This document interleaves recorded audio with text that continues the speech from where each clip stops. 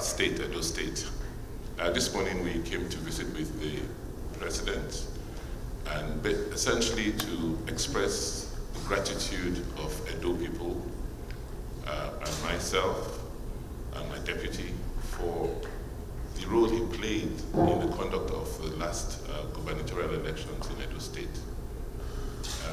He insisted that Nigeria should have proper elections, credible elections, free and fair elections, and that is what happened. And so this morning we are here in the villa to express our profound gratitude and appreciation for this act, which on the surface will look normal, but the implications are very far-reaching because this is a president, a sitting president, whose party was contesting an election, and he insisted that the right thing be done and a fair and level playing field be created for all contestants. By doing so, that singular action has deepened our democracy far beyond what we can understand and imagine today. So for that act alone, we felt it was important that we come and say thank you. And not just coming alone with my deputy, decided to come and say thank you with representatives of Edo people, our senators, our members of the House of Representatives, our senior citizens, and our party leaders. And Mr. President, in his characteristic, humorous manner, said he reluctantly congratulated me for beating his party. But seriously, I mean, he said also that, pointed out that his role, first and foremost, is as president of Nigeria, is to be president of all Nigerians, regardless of your party, your race, your tribe, or your creed. We couldn't ask more from Mr. President. He's really played the role of a statesman. It can be gleaned from the comments of Mr. President during this visit. Mr. President said that he wants to leave a democracy that is built on integrity. It's built on accountability.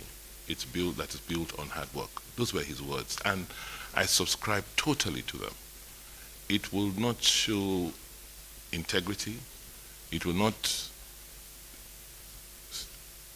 demonstrate someone that has any ethical foundations or moral foundations to do what you've asked about.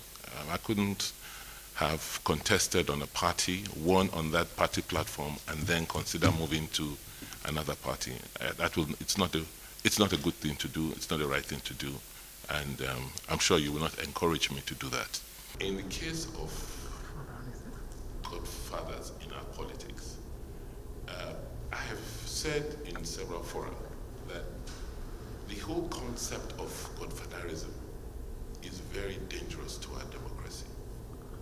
And that's why when we came into the political fray in 2006, 2007, the mantra then was to make sure that we get rid of godfathers from our political life. And the reason is simple. You see, the godfather has no constitutional responsibility.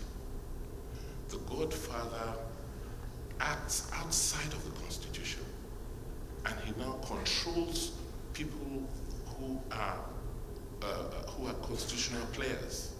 So if we allow that sort of situation to continue, it will be worse than military rule, where people who have nothing at stake, who have no checks and balance on them, can just arbitrarily decide that this is the way the Constitution should be interpreted or the constitutional players should operate. That's why that concept is. So whoever, if I become, or God forbid I become a godfather, I should be dealt with accordingly, because it is dangerous to the concept of democracy. Answer to your first question, it's really unfortunate that you know, there was so much bitterness. And I can assure you that most of it did not come from my camp. Because we're not desperate. Most of the bitterness that was expressed did not come from my camp. But that's neither here nor there. We also have to appreciate the role of social media. You see, with COVID-19, the import and the impact of social media and technology is at an all-time high. So it's not that in the past such was not done, there were no hateful words, hateful speeches and hurting words that were used in politics, but it never had the level of proliferation and spread as it has had now because of social media. We will continue to try and heal the land. Fortunately, if you look at the elections and the results of the elections, it doesn't show that Edo people are divided or disunited, no. It shows that Edo people essentially, have come together as one under one umbrella. That is what the election has shown. But we will continue to appeal to those who are outside our umbrella to work with us for the benefit of our people. Because what was the purpose of elections anyway? Is it not to do a contest for who will govern and rule the people better?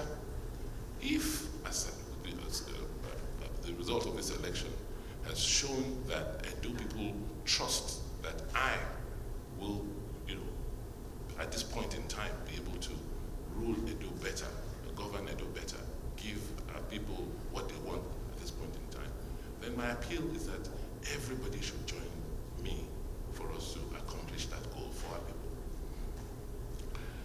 people. Well, we have done quite a lot of work in the last 4 years. And this work we've done has been foundational. We've laid the foundation for a new Edo state. So whether it's in the area of education, trying to reenact education in the state so that the next generation gets better education and is better prepared for the future so that they are not prone to being trafficked and prone to illegal migration. That foundation has been set. Our basic school system is perhaps one of the best. What we need to do is build on the other levels of education. In the area of infrastructure, we've done phenomenal, and there's so much more to be done. We've invested with some partners in fiber, for instance. Edo has perhaps the largest and longest fiber connections in Nigeria today. We have more than 400 kilometers of fiber. So that investment alone is preparing us for the post-COVID world, for the fourth industrial revolution. Those are the sort of things we want to quickly and rapidly begin to build on, whether it's in agriculture, whether it's even in arts. Arts and culture, that's one thing we didn't talk about we didn't talk enough about during the campaigns. We're working very, very actively with all the major museums in the world to document Edo works across the world and have an arrangement where some of them will be repatriated back to Edo State for our people to see what we created in times past. So we're going to sign more MOUs because that's the basis for running government going into the future because the ones we have signed, most of them have materialized. Thank you.